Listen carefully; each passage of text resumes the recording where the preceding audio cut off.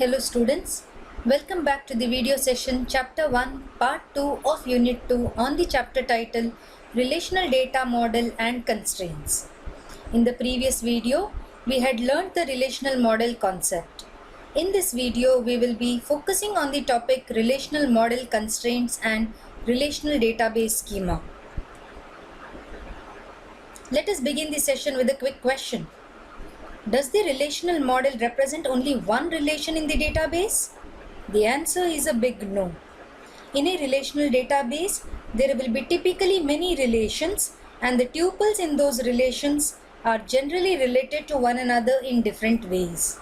The state of the whole database corresponds to the state of all its relations at a particular point of time. These are generally restrictions or constraints on the actual values in a database. Then what is this constraint? Constraint is a restriction or a rule applied on the data that goes into the database. These rules or restrictions are derived from the mini world the database represents.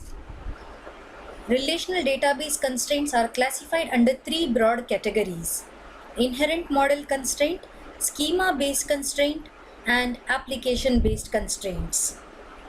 Then, what is this inherent model constraint? The constraints that are inherent to the data model are called inherent model constraints.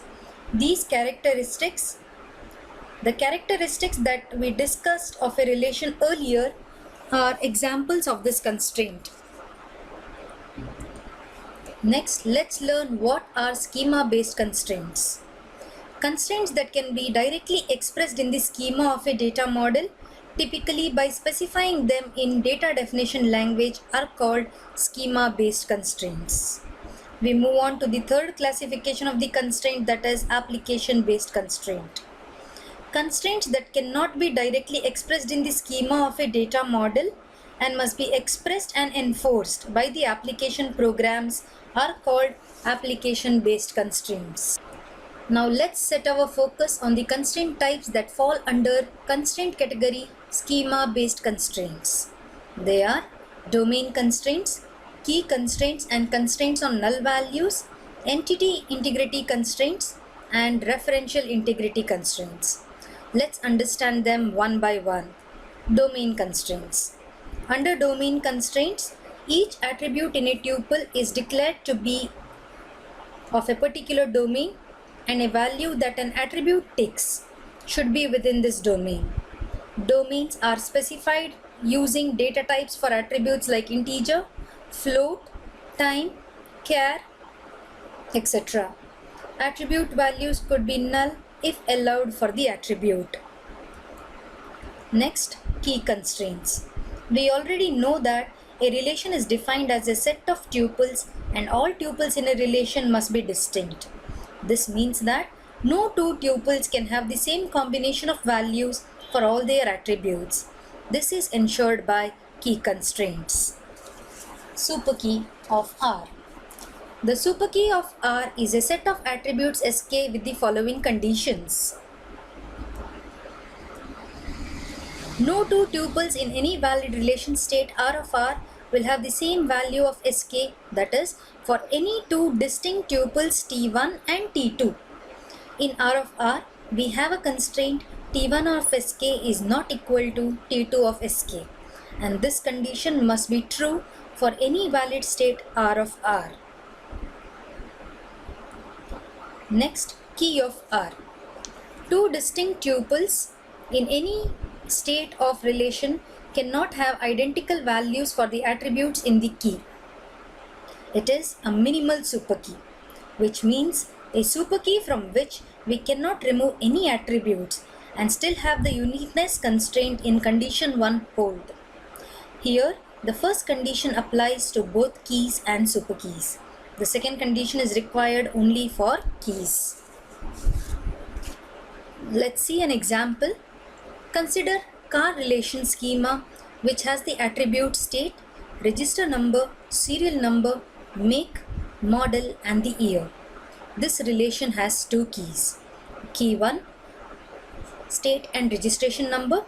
Key 2 is a serial number. Both are also the superkeys of car. Serial number and make is a super key but not a key. In general, any key is a super key but not vice versa. Any set of attributes that include a key is a super key. A minimal super key is also a key. Next, let's understand what is a candidate key. A relation can have more than one key.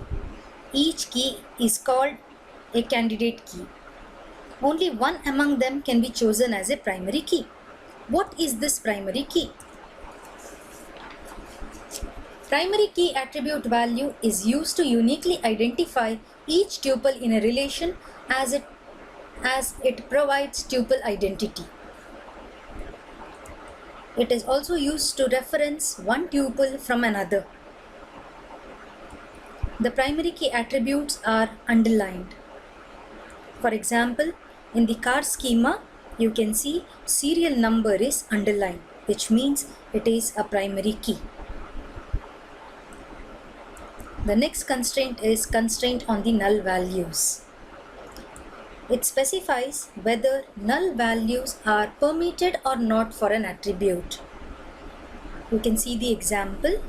Person relation schema has the attributes like name, address, phone number 1, phone number 2 and Aadhaar number. Here, every person has a name and an address, so these attributes are not null. People can have contact number and this is represented in phone number 1 and phone number 2. Majority of the people have one phone number, which means that they do not have phone number 2 and this attribute can have a null value. Phone number and Aadhaar number are unique. They do not repeat and become examples for candidate keys. Aadhaar number is underlined and it means that it is chosen as the primary key. The next topic, relational databases and relational database schema. A relational database consists of many relations with tuples in relations related to each other in many ways. A relational database schema S is a set of relation schema denoted by S equal to R1, R2 up till Rm and is a set of integrity constraints denoted by IC. The relational database state DB of S is a set of relation states DB, R1, R2 up till Rm such that each Ri is a state of Ri and the relation Ri states satisfaction of the integrity constraints specified in the integrity constraint set. There are two database states. First one is invalid state. It means that it does not obey all the integrity constraints that are applied. And the other is a valid state, in which all the constraints defined in the integrity constraint set are satisfied. Let's see an example, company database schema. In this schema, there are 6 relations. The names employee, department, department locations, project, works on and dependent. Employee relation gives the details of employees working in the company. Department relation gives the information of the department. Project relation gives the information about the projects handled by the company. Works on gives the information about employees working on different projects, and dependent relation gives information about all the dependents of the employee. This is the schema diagram in which each relation schema is displayed as a row of attribute names. The name of the relation is written above the attribute name. You can see some attributes are underlined like SSN, D number, PNUM, dependent name. They are all primary keys. Next, let us study entity integrity constraint. The primary key attributes pk of each relation schema R in S cannot have null values in any tuple of R of R. This is because primary key values are used to identify the individual tuples. T of pk cannot be equal to null for any tuple T in R of R. If pk has several attributes, null is not allowed in any of these attributes. We should also note that the other attributes of R may be considered to disallow null values even though they are not members of that primary key.